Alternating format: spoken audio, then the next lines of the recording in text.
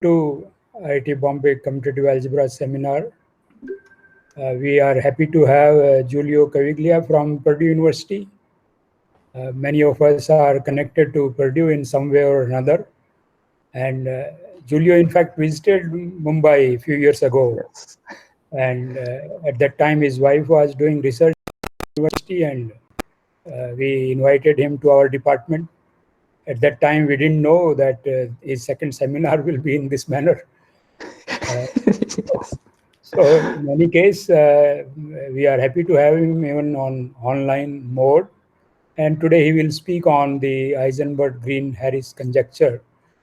He will speak for 1 hour, and after that we will have question answers. But in between, if you would like to ask questions, you can write in chat box, and we will interact with Giulio about your question. So over to you, Giulio. Perfect. Thank you so much. It's really an honor to speak at this seminar, and it's a pleasure to speak even though it's virtually in the IIT Bombay. So my talk is going to be basically a survey. It's going to be a survey on the Eisenbud-Green-Harris conjecture. So I work quite a bit on the topic, so I just want to give everybody an overview of the current state, let's say. But first, I'm going to spend quite a bit of reviewing the setup and the motivation. So let's start with some. I hope it's going to be visible with some notation. And so S will be a polynomial ring K over a field K, so K of x1, xn. I hope it's not lagging too much. K, a field. And usually I will always work with graded objects. So I, if it's going to be an ideal, it's going to be graded, so I can rewrite I as a direct sum of its own component. Same for the ring, of course. So S will be direct sum of S sub D. And as I said, I'm going to assume that everything is either homogeneous ideal and the ring is standard graded. So the first thing I want to recall basically is Macaulay theorem. It's very well-known and classical result. So is the following. For every ideal I, again, I'm not going to make it homogeneous anymore, so everything is going to be graded. So for every I homogeneous, of course, in S, there exists a lexicographic, I'm going to call it just Lex, a Lex ideal L, and then it's going to be just direct sum of his own graded pieces, where, let's say, S sub D is inside SD, and it's basically generated by x1 to the D, comma, dot, dot, dot. We're going to keep going, and this is going to be a segment, and let's say it's a segment of the first, oops. How many do I need? So let's say dimension of I sub D monomials inside of S sub D. So I'm going to denote with the vertical bar the dimension, okay, as a k-vector space. So basically we had this structure that exists, blah, blah, blah, such that the Hilbert function of, well, I already imposed it actually, so forget about what I'm writing. So there exists a Lex ideal with the same Hilbert function because it's forced by this condition. I'm asking that in degree D, the segment is generated by as many monomials as I need. So what is the key point of the theorem? The point of the theorem is that this is an ideal. So as far, I mean, this direct sum is, of course, is a k-vector space. And we can always define it. We can slice by slice throw in as many monomials as needed. But the key point is that they do form an ideal. So a slice of degree D multiplies into the next slice of degree D plus 1. So equivalently, another way of saying the same thing is that for every degree d, the maximal ideal in degree 1, so the variable, m1 times the ideal in degree d grows more than m1 times this L in degree d. And somehow, I mean, this is really standard stuff, so I'm not going to spend too much time on this, but this basically, you can write it as a growth condition. So Lex ideals grow less than all the other graded ideal given equal dimension as a k-vector space in degree d. So that's the first, let's say, let's call this number 1 of my motivation, let's say. Let's switch the board. Let's go here. Number 2. So number 2 is an old classical, well, actually this is even older, my colleague was in 1927, I think. So the second, let's go like this. The second result I want to mention is the theorem, a theorem due to Kruskal and Katona. Also, Kruskal and Katona theorem. This is from the 60s. So here the setup is simplicial complexes. So let's say I have delta, some simplicial complex. For instance, let's pick one, so I can have you know, something like this. I can have some using my headphone, so some empty face, but maybe I can throw in a full face here. So given a simplicial complex, I can look at f of delta. It's something that's called f vector. What is f of delta? It's basically a collection of numbers, integers, f0, f1, f2, and so on. And in this specific case, well, f0 is going to be 1, correspond to the empty set in the simplicial complex. Second thing, f1, 5, I have 5 vertices. The number of edges I see are hopefully 6.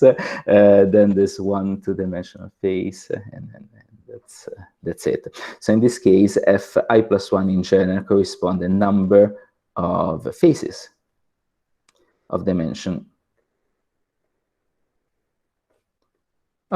I, where f minus 1 correspond to a face of dimension, let's say negative 1 correspond to the empty set, is always there if you think about writing the simplicial complex as a collection of subsets. So that said, what's the theorem? So Kruskal and Katona, in I think 1960s, more or less, characterize all, so gave a characterization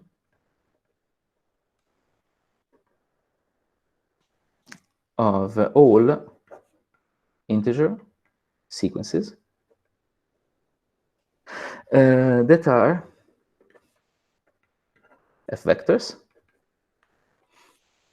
of a simplicial complex, of some simplicial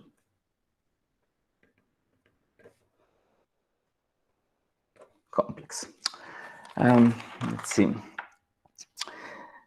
For instance, maybe I'm going to change the slide just to have a little bit more space.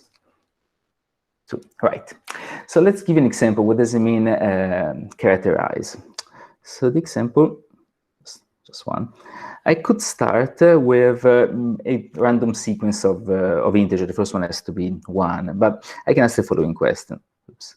Does it exist people can still read everything. So does it exist a simplicial complex delta with an f vector f of the form 1, 4, 5, and 2, let's say. I mean, it's a trivial question, but I just want to, of course, you can find one in just 10 seconds. But the key point is, what does it mean in the previous slide here, the word characterization. So I'm really trying to explain that part. So does it exist a simplicial complex with this list of number of faces? Well, what do you think about it? So equivalently, we can rephrase this question. we can ask, well, equivalently, does it exist a Stanley-Reisner ring?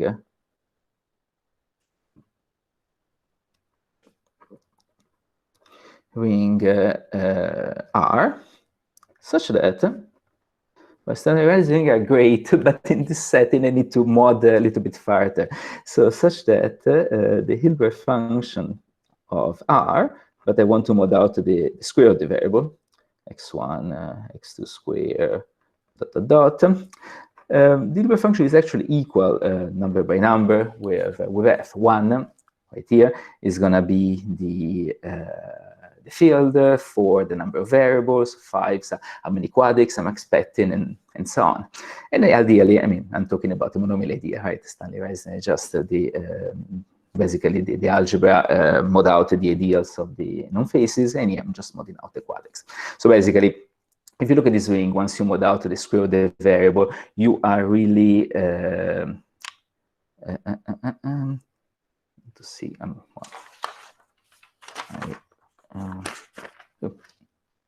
Try to think if I have, yeah, sorry, look at here. You're really giving a structure to this thing. So basically, you have vertices, edges, and so on, and they correspond to basis of your vector space. So you just give a multiplication structure in addition to the complex itself. It's a bit lousy than the Stanley-Reisner ring, but still.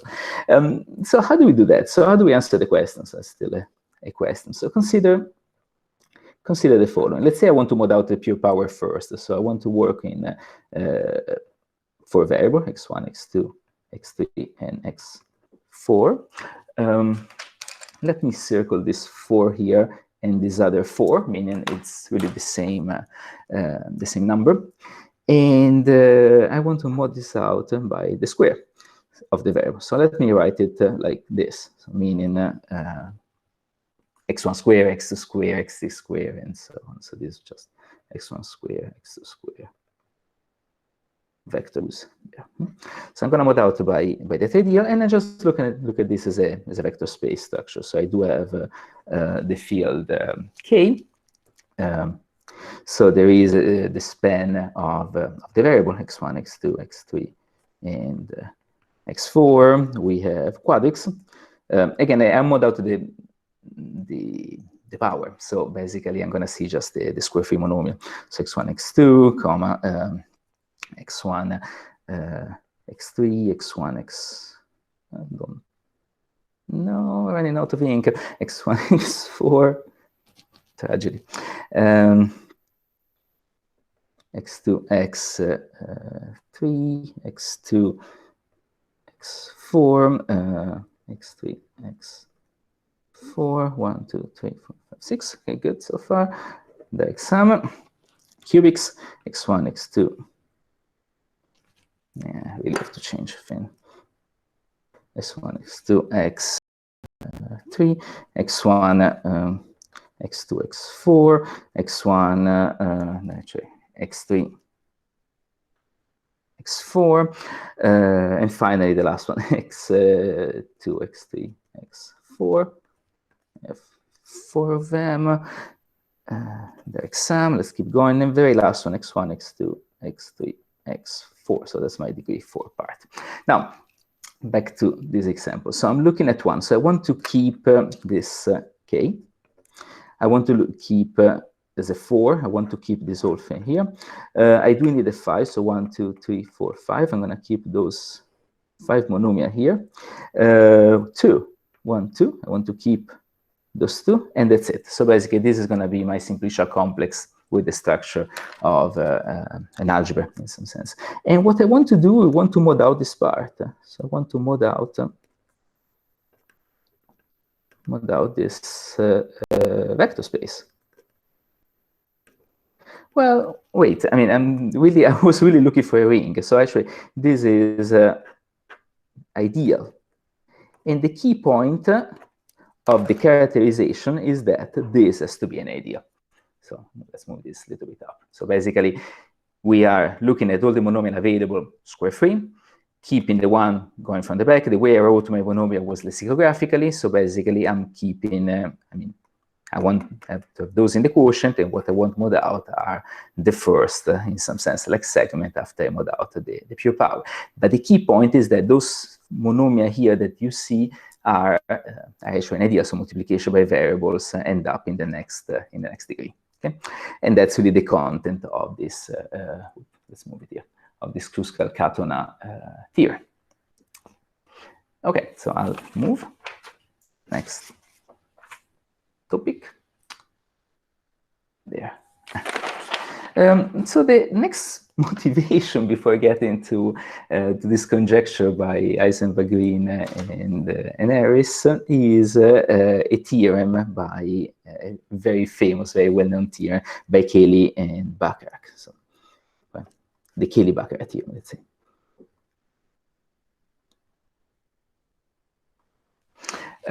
So what I want to do, I want to look in P2, take a couple of cubics, so we can have a cubic 1, this one, and the cubic 2.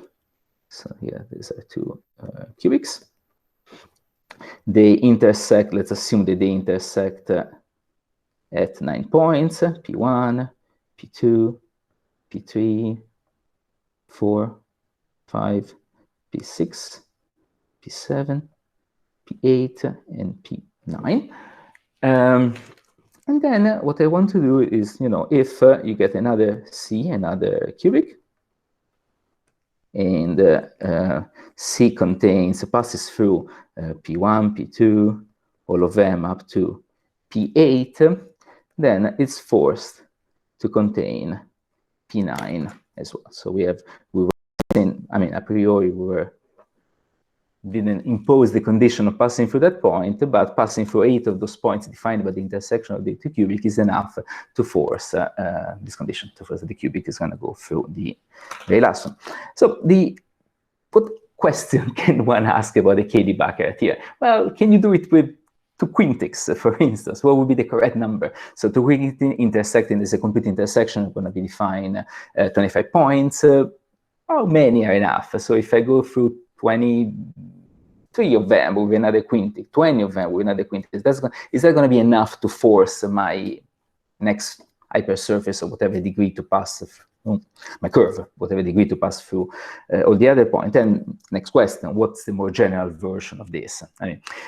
What people typically hear, it's good to make a comment here, I think. So the typical sentence that people hear when talking about Cayley-Bacharach is, well, we're talking really about Gorenstein rings. So you have a complete intersection of two forms, complete intersection of Gorenstein. There's something to do with the socle, and basically this 8 and 9 is just some condition imposed by the fact that there's a socle in a specific degree. So something like that. So there's a -1 given by the socle, but there's more. So basically, if one just stick to the story of Gorenstein ring as an explanation to this one, you don't get the best number possible in this type of games.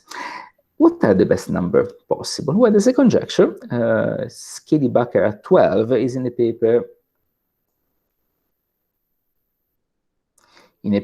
motivating basically the Eisenbud-Green-Harris conjecture. So the author Eisenbud-Green and Harris, 1996. And the setup is the following. So basically, you start with F1, let's say N.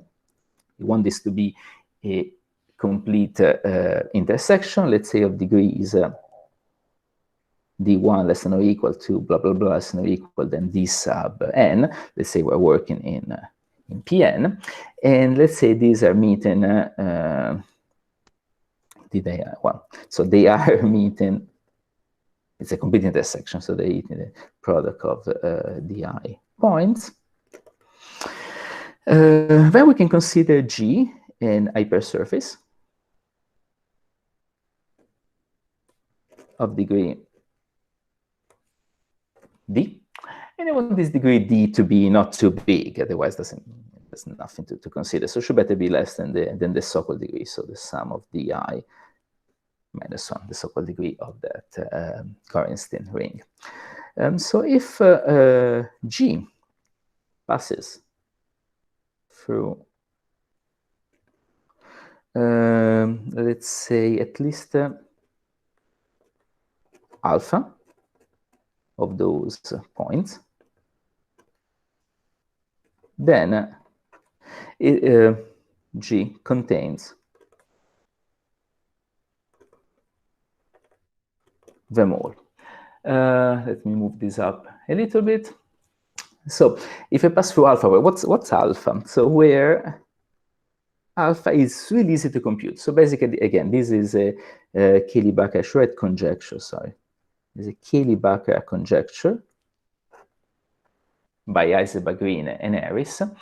And yeah, so what is alpha? Alpha is nothing else than the length of S, polynomial, I mean the ring we are considering for that complete intersection, modulo x1 to the d1, dot, dot, dot, xn to the dn. So basically, you, instead of working with any regular sequence, you consider the corresponding monomial regular sequence of the same degree plus u. And u is, I'm gonna go here, is the largest monomial with respect to the Lex order of degree d.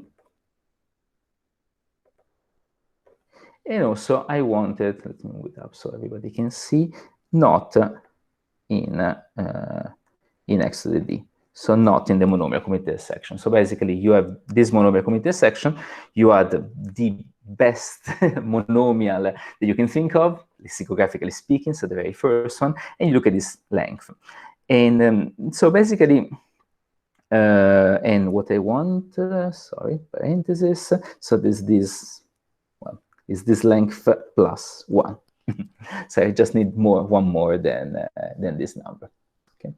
So that's a conjecture, but it's a very simple recipe. So basically, if you take, you know, 5 quintics and you care for, you know, looking at the sixtics, an equation of degree 6 passing through, I mean, that many points, is that going to force the passing through the rest of them? Well, you need this alpha, this many points. And this is a nice object. And again, goes back to this underlying idea that in this setup, maybe there is a problem, but there's also an algebraic combinatorial object, and this combinatorial object is pure power plus some kind of Lex segment, Lex ideas, and things like that.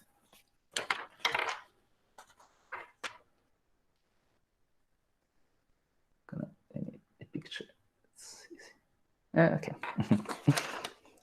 So, so equivalently, maybe it's kind of convenient to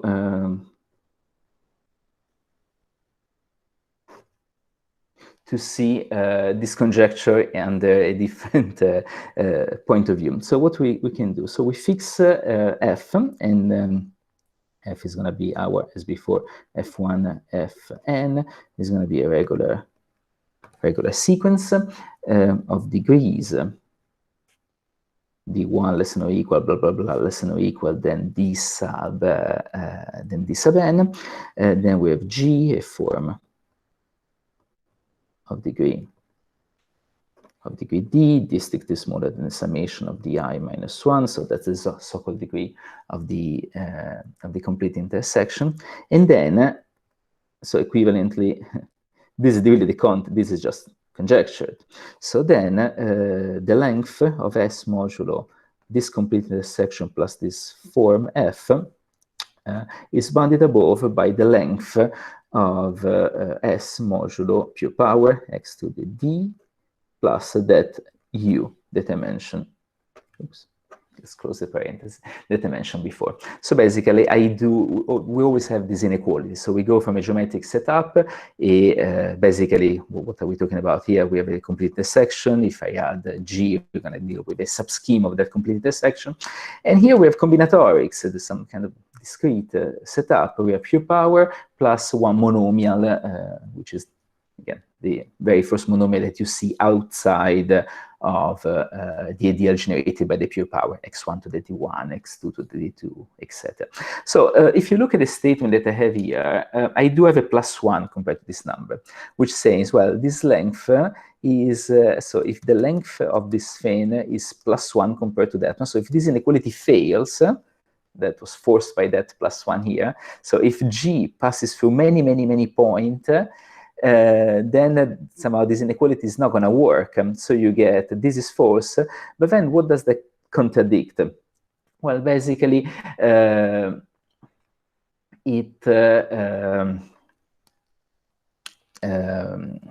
maybe I should better say the, sorry, I want G not in F. That was part of my hypothesis. So I want this to be an honest, almost complete intersection. So I don't want to, this situation. So G not in F. So this fails, then some part of my hypothesis will fail. What fails is this one. So if I do have a +1 here and the inequality is false, G is forced to be part of F, and hence it does not pass through all the points. So that's really, so this is really equivalent to the other stuff, but we translate again that geometric statement and some kind of algebraic inequality there. That said, some examples. So, for instance, I'm going to look at the sequence of degrees. So if I look at the sequence 3, 3, 3, so I'm looking at 3 cubics, and I'm going to get another cubic. So what's the setup here? So 27, right? 27 point of intersection. You are looking at how many points will force the passing through all the rest. And if you just look here, the right-hand side is equal to 21. So I need to add 1. So if it's going to go through 22 out of this 27 point, this cubic here is going to go through all of them. And this case is actually known. I'm going to explain later a proof, or at least an idea of the proof of this. More generally, and that was really the conjecture as it was stated in this, original paper by Eisenbud-Green-Harris. If I look at the sequence of quadrics, so let's say I have n quadrics, and I get, for instance, another quadrics, then the right-hand side I'm expecting is 2 to the n minus 2 to the n minus 2. And this thing is just a conjecture. But let's look at this case. So we, as I said, this is a talk about the Eisenbud-Green-Harris conjecture, but this is really related to, I mean, we're getting there. This summer, together with De Stefani, with Alessandro De Stefani, we worked on kind of looking at this Killy-Baccar conjecture using all what was available about the Eisenbud-Green-Harris conjecture, which I haven't mentioned it yet, and especially we use heavily a result of Francisco. So what we managed to do is basically that in this case of quadrics, if you take any other form D, then the right-hand side, well, actually not the right-hand side, we get that the length of S modulo complete intersection plus the almost part, so this almost complete intersection, is bounded above, and the number we got is this one, 2 to the n minus, to copy 3 times n minus d square plus 5 divided by 4, write it down. Okay, it's not as great as this. So we have the length of the complete intersection minus this beautiful correction is an exponential function. We just get a kind of quadratic correction, so we can subtract the quadratic number of points from the one that, you know, the equation of degree d has to go through. But still, it's way much more than the -1 or minus some kind of constant that think in terms of Gorenstein rings. So whatever this mantra about Gorenstein rings and Killy-Baccar theorem, as I said, is not quite right, and really one would remove so much more than just little data about one of the so-called. That said, I want to keep going. And I'm not paying that much attention to the chat, but I, oops, sorry. but I hope that if there's any question, Giulio is gonna let me know. Yeah, don't worry. We will. Okay, we will perfect. Or Jay, done. Yes, thank you. So I think I'm finally ready to go mentioning the conjecture. So here, EGH conjecture. Eisenbud-Green-Harris. The setup is the following. So we have a polynomial ring K of x1, xn, as before some f of degrees, a vector of my f1, f2. Actually, I'm going to cancel this part. I really want to stress a few things. So I'm going to have my f, and this is f1, f2, dot up to f sub r.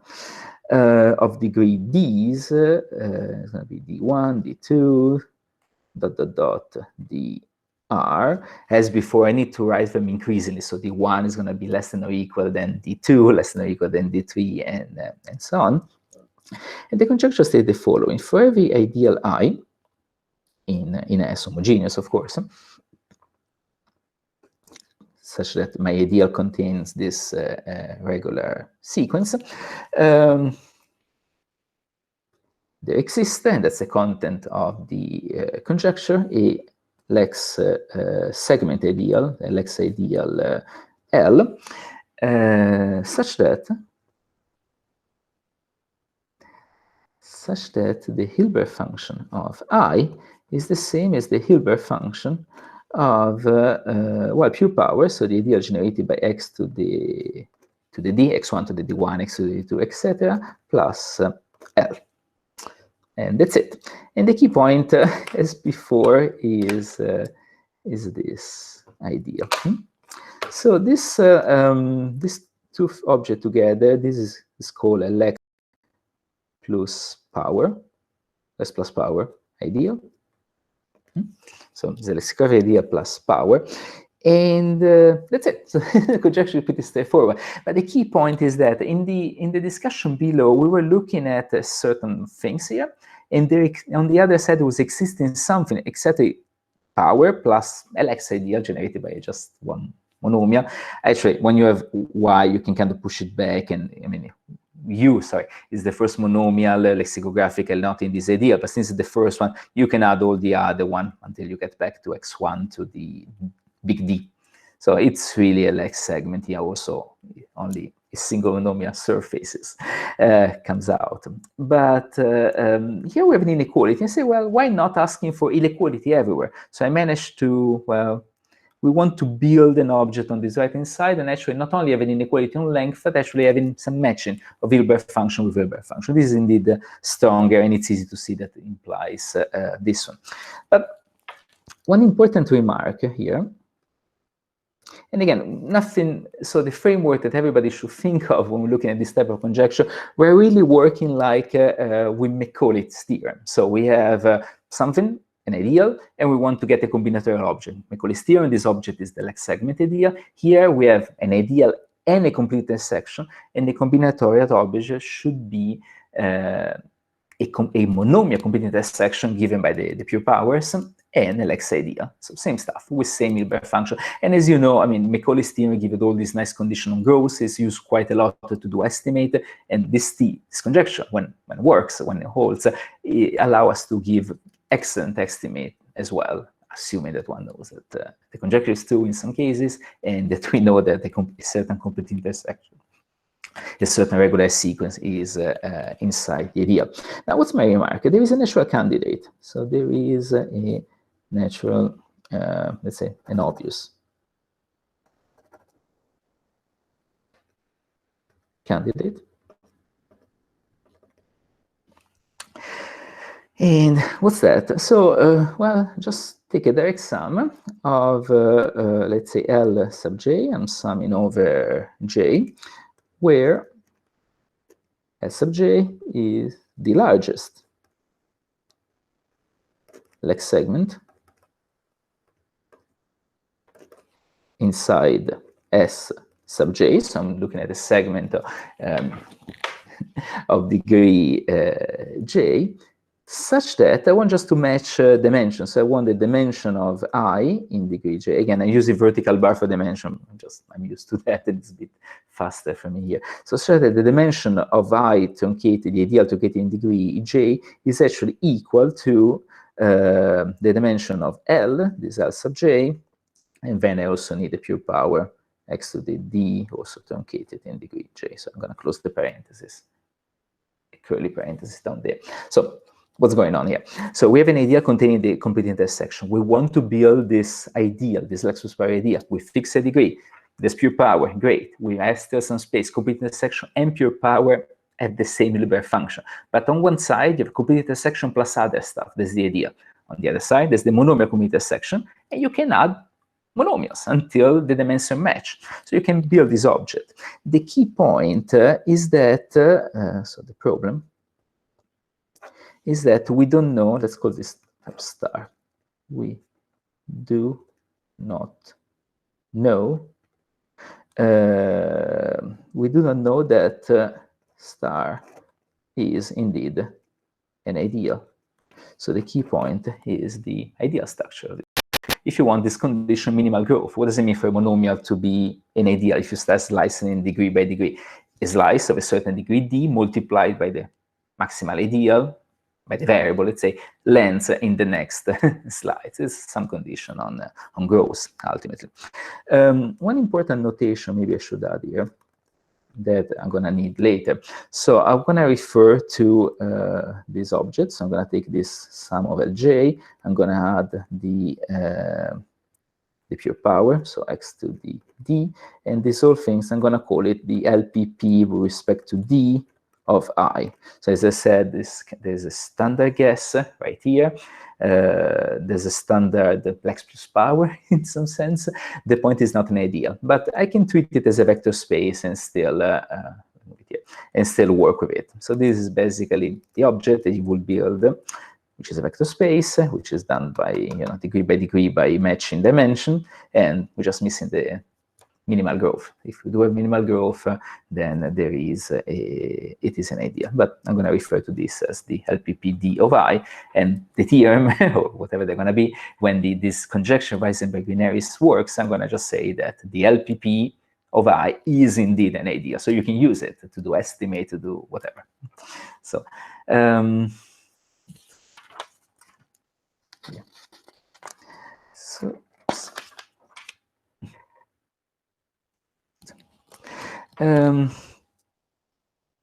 Actually, I'm just going to say it.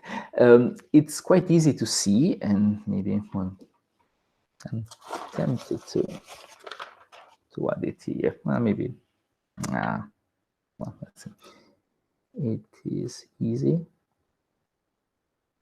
to see that if this conjecture holds, so if we do have the Eisenbud-Green-Harris conjecture, then the degree of the generator, so the Betti number of I, are bounded above by the Betti numbers of this LPP, Lex plus power, with respect to the Y. So we get this nice combinatorial ideal that exists, and the Betti number are going to satisfy the generators, not the whole Betti number, but generators, degree by degree, are going to, the Betti number corresponding to generators satisfy this inequality. So you have more generators and in the correct degrees. There is a conjecture here. It's called Lex plus power conjecture. So one says, well, why only the zero Betti number? Maybe all the Betti numbers satisfy this type of inequality. So as you go to this combinatorial object, number goes up, the resolution is going to become bigger. It is a conjecture. I'm not going to talk about that, but it's a very interesting conjecture, and when it works, it makes this EGH conjecture even stronger. When both works, let's say. Now, basically, I'm way past my first half of the talk, but I want to talk about the known result. So I want to kind of try to, this is a survey, so far I only managed to give you the statement of the conjecture. So what are the known results? So the first very important known result is due to Clements and Lindström. it's from related to this conjecture. So Kilmes-Lindström theorem, and essentially the monomial case of this conjecture. So I want to start with I that contains F, but in this case F is going to be just already X to the D. And the conclusion, so this is just a monomial ideal, actually not even a monomial ideal, just an ideal containing this monomial regular sequence, and then the conclusion is that LPPD of I is an ideal. So this is a classical result. So this is a classical result in extremal combinatorics. It's just followed like a little bit that result of Huskal and Katona, and maybe the year is, I'm going to say just late 1960s.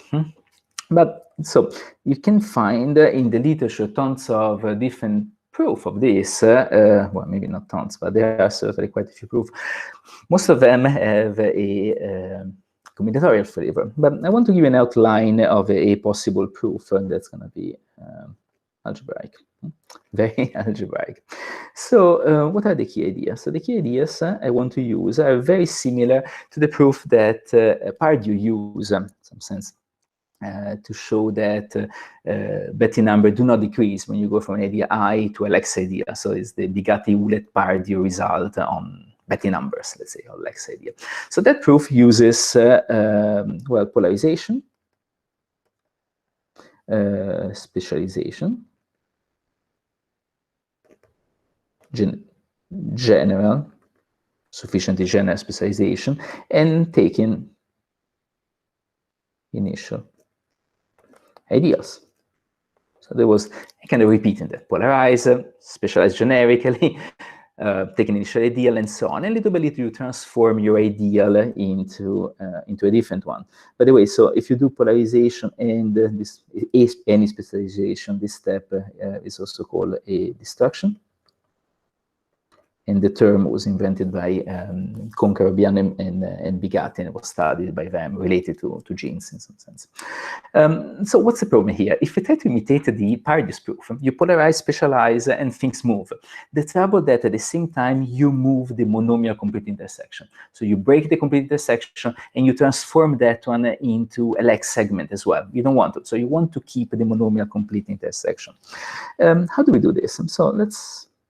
Again, I'm imitating this. So this proof is taken from a paper on the Lex+Y conjecture by Mermin and Murai. So step one, without loss of generality, you can take initial ideal, let's say in Lex, and we can assume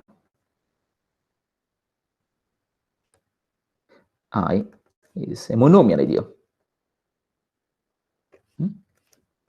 That's my first step. Step two. So pick two variables, xi and xj. Let's say that I is smaller than j. In particular, I know that d sub I is smaller or equal than d sub j. Then what we do? We basically look at this form. So xj to the dj minus xi to the dj. So I want something homogeneous. This is in the ideal. I mean, the 2 power were in the ideal. I just push one of the two a little bit higher, but it's still in the ideal. And we write this as a product of L sub s. Well, L sub s are of the form xi minus, maybe I want an xj. Sorry, xj minus alpha s xi. So I have a linear form xj minus, let me tweak my camera just a little bit. It's going to be a little bit sharper, a little bit. Xj minus alpha x xi, and this alpha s is a root of unity. By the way, so since I'm assuming that I is monomial, we can assume that the field is the complex. I mean, we're looking at growth of a monomial ideal. So field doesn't matter whatsoever. So I can assume that to work with the complex, I have all my root of unity there. And then what we do, I'm gonna just switch slide here. So what, maybe I'm gonna do it like this. So what we do, we set, for instance, L sub s equal to x sub j for every j greater or equal than d. Then, Giulio, yeah, tell me. there is a question, xj Yes. power di minus xi power dj, right? Yes, correct. Yeah, okay. So you're pushing up. So you have the, this is slope. So the degree are increasing.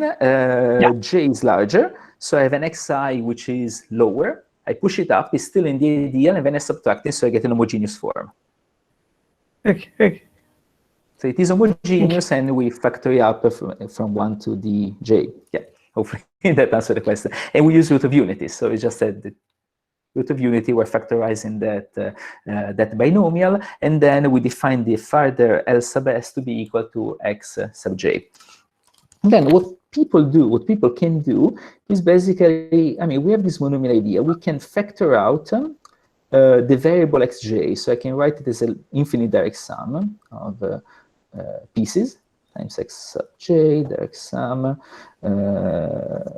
sorry, 1, I, 2, that's not the degree part, that's just some factor. So you take all the monomials in your ideal, the ideal generated by all the monomials that are not divisible by xj.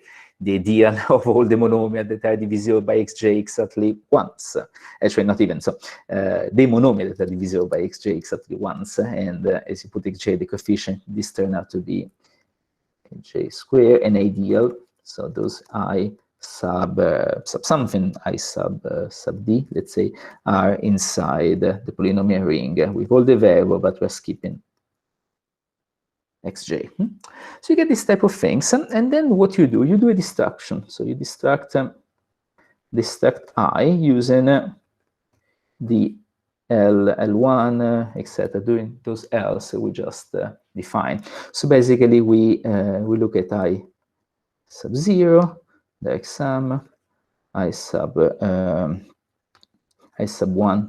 times L1, direct sum, I sub 2 times L1 and L2. So basically, I'm trading those monomial xj for those linear form. And these are kind of sufficiently general, and I can take an index of this. And I mean, there's a direct sum, and keep going. There's a couple of things to keep in mind. So this operation, again, I would refer to a paper by Conca Robbiano, so Bigatti, Conca, Robbiano, this operation, but also, you know, you do a polarization, there's a regular sequence, and then you come down back with another regular sequence. So Hilbert function stays the same. I take in, Hilbert function stays the same, and these are sufficiently general, so they move my ideal. But the key point is that here, this binomial is already in L, and somehow here and I is not touched. So basically, this operation doesn't move I and j. So once you're here, so what happened? So you got this ideal, and so basically what you do, you go up, and I'm gonna come here, and so I repeat. So repeat, pick 2 more variables, repeat this stuff, and eventually you get a strongly stable plus power ideal, meaning an ideal that's strongly stable, like a gene in some sense, plus pure power. That's not quite what we want, because, sorry, I kick my, my board. So what we want is the Lex ideal. So I really want a Lex. And yeah, it can be done, but basically one has to go here in this type of substitution and like add a little tail. I'm gonna tail 1, and here I'm gonna add a little tail 2, or equivalently, I'm gonna add a little tail, so this L sub I. And this stuff is a nice article by Murai and Peva. They were discussing Betty number over Clemens-Liston ring for the infinite resolution over that ring. But the technique is there, and so basically by repeating, you actually get Lex plus power. As I said, this proof is very memorize at first to get something stable, and if I do this little adding tail stuff, actually the pure power stays there, we don't touch them, but the rest of the idea follows and get transformed into a Lex. So that's really nice, nice proof, but it's complicated. So I mean, I would highly advertise the combinatorial proof instead of this one, but this is stronger because it gives you also an inequality on Betty numbers, assuming the characteristic is 0. So a couple of things that I want to mention. I don't know much I will cover, but there are a couple of good techniques to keep in mind when dealing with this type of conjecture. One is the reduction to the Athenian case. So basically, so given, let's say given f, let's assume they have degrees d1, blah, blah, blah, dr, and assume that L is a non-zero divisor for S mod F. Well, do I change a coordinate? Change coordinate, and we can assume that L is actually equal to xn. So as I said, I mean, in general, the complete intersection that you're focusing on is convenient to think that you might have a smaller regular sequence than in length than the number of variables available. So you want to have you might have a smaller height for that than n, and it's good to have that. But it's also good to know that without loss of generality, one can reduce the Athenian case. There's some standard trick in the literature where you add large power or things like this. But I really I don't want to push this R up to be equal to N, but I want to bring N down to R, which is a bit different than adding large power. So you change the coordinate, you set L equal to Xn, and let's say I let F bar be the image of F inside S modulo Xn, which I'm going to view as a k of x1, x, and minus 1. This form F, let's say F of degree, as I mod out, the degree might change. I might kill the very last one, so I'm going to call the degree d bar as well. So a little lemma says that if the Eisenbud-Green-Harris conjecture works for this F bar, the image there, then the Eisenbud-Green-Harris conjecture, so you can build those, pile up those vector spaces and you get ideals, is also true for F. So you can kind of scale down from a given F to this F bar, which lives in one less variable, provided you just use a non-zero divisor. The proof is quite easy, but maybe I'll skip it. So you just maybe I think this is actually doable more than other proof that I have later. So maybe I'll work with this one. So proof. Let's assume that I take a weight order here, and so we have, as before, we fix some ideal I. Let's assume that contains F. We define some new ideal J to be the in omega of this I. And notice that it's the same Hilbert function as I. So if you take an initial ideal, the Hilbert function does not change.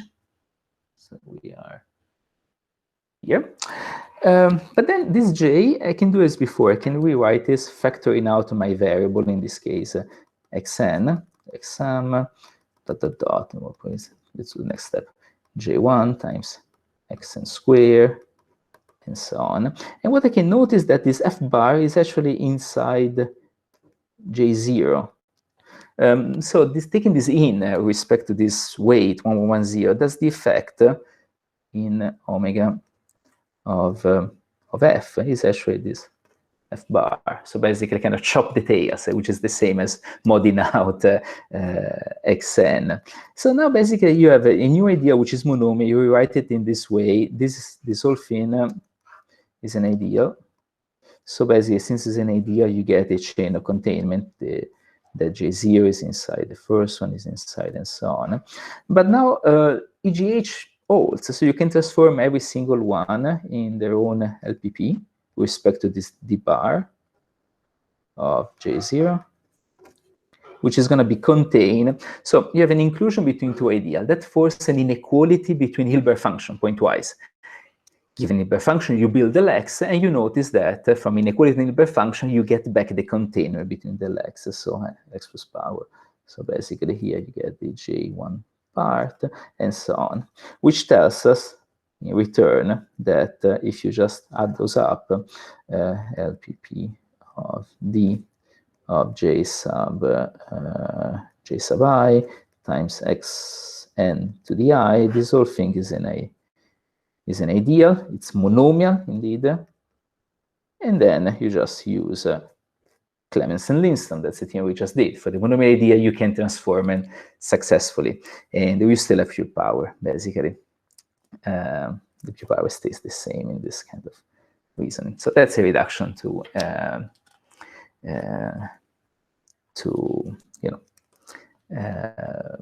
n equal to r, basically, if you use, let's say, general linear form to go down. Now, I want to mention a few more things. So one tool that's used quite often studying the Eisenbud-Green-Harris conjecture is linkage. And there are a couple of results that relies on linkage. I'm just listing them, basically. So there's a theorem of Kong, 2016, basically says that if you work into a variable x1, x2, x3, your area I is f1, f2, f3. That's my complete intersection, plus, let's say, some g, d1 less or equal than d2 less or equal than d3, usual setup. Then LPP d of I is an ideal. So what you do, you start basically with I, and then you build a chain of, so it's going to be my I0. This is going to be linked by using, I'm going to call it by using a regular sequence of 0 to something else, going to be linked, and eventually this is going to be linked to a monomial, so a regular sequence, so a complete intersection, an I3 complete intersection. So basically I is Lici, and this is a result of Watanabe, of Junso Watanabe. And actually, I3 Gorenstein, not just complete intersection. So I3 Gorenstein are Lici. This is not Gorenstein, but after I do the first link, this one is. So this is the Gorenstein ring, the idea of defining a Gorenstein ring, and then I keep going. And then there is another result by Giulio and Nagel that basically said this is minimally Lici, which really means that the degree that you're using for doing the link, the degree is going to keep going down, and there's a nice comparison with this. And what's the proof? Again, here is a sketch of this proof using linkage. Basically, what you do, you kind of go backwards. You start with a monomial complete intersection, so x1 to the d1, x2 to the d2, x3 to the d3, and you kind of work those links backwards in the monomial setting. So you just, you were using a regular sequence, now you go back, instead of using that regular sequence, you don't have it. You use a monomial regular sequence of the correct degree.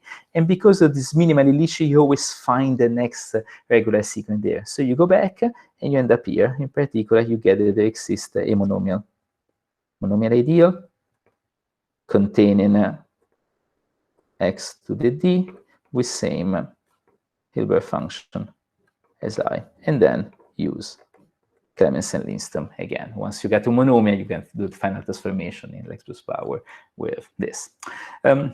One last thing I want to mention, there's quite a few more things, but there's just stick to here. One last result I want to mention is an old result of mine with the Jan McLagan, which is the following.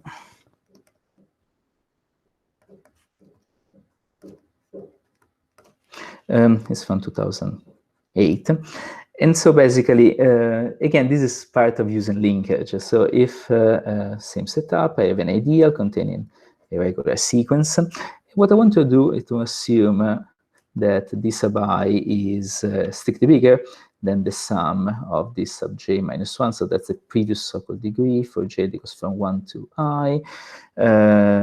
Yes, for all I greater or equal than 3. Then LPP of D of I is an idea. So EGH conjecture works for this one. I'm not going to have time now to prove, but I can sketch it. So what does linkage do? So I'm going to just wave hands now. So you're looking for growth from degree D to degree D plus 1. So that's checking that Lexus power is indeed an idea. So you want minimal growth. But you can assume, actually, you can assume that n is equal to r. So you can assume that your complete intersection is Artinian.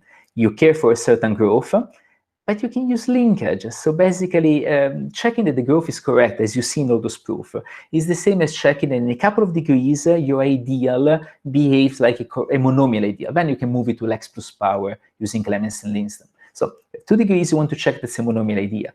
But then you can, if you focus on 2 degrees that are very low, they don't see the very last form. They don't see Fn. So basically, you are done by induction. You're in degree low. The irregular sequence, as far as you can see, it's shorter, and you're done. If you're in degree that are higher, you use linkage, or you move those 2 degrees, D1 and D2, in a lower spot. And again, you're done, because basically, you don't see the very last form. So it's a pretty straightforward proof once you use linkage and realize that by linking, you can move the focus in a spot where the very last equation doesn't play any role. So it's not visible. This summer, together with the Stephanie, we wrote a paper improving this, actually. So we managed to subtract 1 from this condition, which doesn't seem much, but for us was a big deal. Also because basically this after we do this, we managed to basically recover all the known cases of DGH that are not some special case. So all the cases that where you just have a complete intersection and you don't know what to do. So not at positive monomial. So this is, again, this condition of the degree covers cover all the known cases as far as I know, where we just work with any complete intersection and the condition is just on the degrees. Furthermore, I like this type of, not I did it, but the reason why this type of result might be useful is that it can be applied every time. So anytime you care for estimate and you need a better estimate than Macaulay's theorem, maybe you know that you have a complete intersection, what you can do, you can push up your complete intersection until this condition is met, and you get another regular sequence area idea, apply EGH with that regular sequence, and for which you know that what you're going to get is an idea, and you get better estimate than Macaulay. There's a few other cases that I wanted to discuss, but basically it's the case of 5 quadrics, which was proved last year by Oxter, and I just forgot I forgot the name of the co-author, but I remember. If somebody can help me. It's Seema. Seema is exactly Seema. Yes. Okay. Anyway, Kuntur, thank you, Alessandro. Yeah, Kuntur Kun. And so that's the only thing I didn't cover. But anyway, so let's stop here. Took me 5 minutes more than the hour, but thank you so much for coming. Thank you for listening, and I'm open to questions. Thank you, Giulio, for your very interesting talk. We are open now for questions. Oops. Can I ask a question? Yeah, please. Yes, I read them. Tell me. Yeah.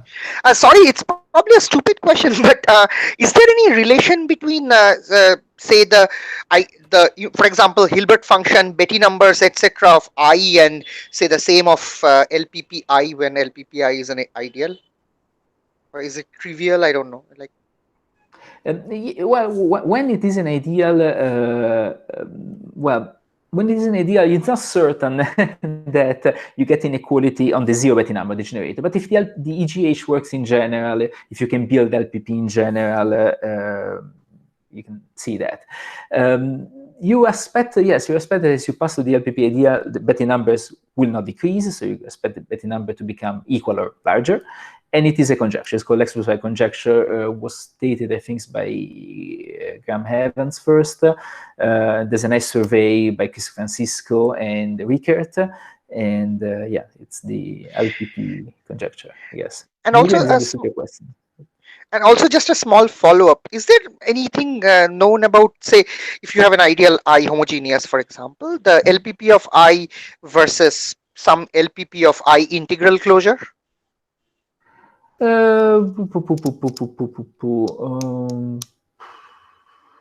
don't know. I mean, integral closure of a strongly stable ideal is equal to itself, but say I don't know. There is, if I have a monomer ideal, there are some expectations. So basically, even let's see, if I look at convex hull in some sense, and I want just to measure lengths, then there are.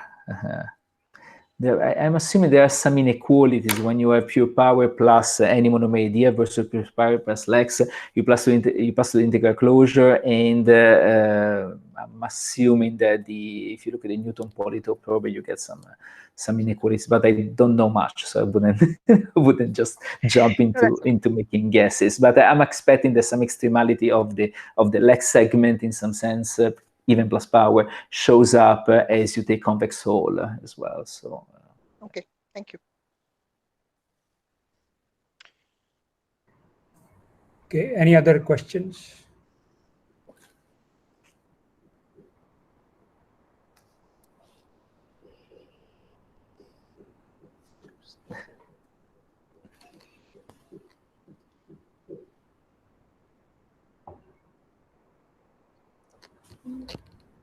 Yeah. Is it possible to translate the conjecture in terms of H vector rather than the entire Hilbert function? Actually, in terms of, I didn't understand the word. Translate. Yeah, you write the Hilbert series instead of the Hilbert function. Oh yeah, of course. Yeah. Yes, that's equivalent. Yes, clearly. So yeah, you can collect all the data at once. It's just yeah, somehow decided to write. I was just economizing on the next letter Z for the series. But yes, of course, it is equivalent. But the point, maybe the point is that I'm not sure whether knowing the inequality for the Hilbert function would translate in some nice inequality for, let's say, the numerator of the Hilbert series. So that probably is not quite clear to me. So I would not expect a straightforward inequality on numerator. Maybe it's two. So anyway, so it's really the same. So if you talk about Hilbert function, Hilbert series, so same Hilbert function, same Hilbert series, is the same stuff. Okay.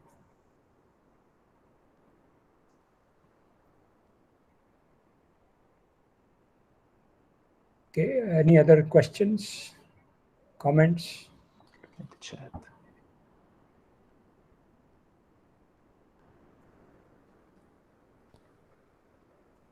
Okay, I don't see any right now. So, Giulio, we thank you again for your very interesting talk and coming online. We hope to see you in Mumbai sometime very soon. Yeah. Okay. So thank you very much, everyone. Thank you. Thank you so much. Thank you.